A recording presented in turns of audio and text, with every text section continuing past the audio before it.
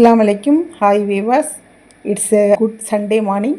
ரொம்ப நாளைக்கு அப்புறம் வெயில் எட்டி பார்க்குறது. சீக்கிரம் எந்திரிச்சாச்சு. வீட்டு வேலையெல்லாம் முடிச்சுட்டு பிரேக்ஃபாஸ்ட்டுக்கு ரெடி பண்ண நான் கிச்சனுக்கு வந்தாச்சு.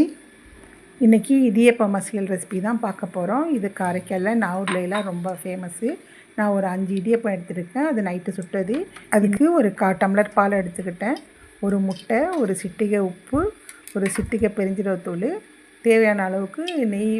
பேனில் நெய் சூடானதும் முட்டையை உடச்சி ஊற்றி அது கூட உப்பு தூளையும் பெருஞ்சீரகத்தூளையும் மிக்ஸ் பண்ணி நல்லா கிளறிக்கிட்டே இருங்க. முட்டை நல்லா பொரிஞ்சு வரட்டும்.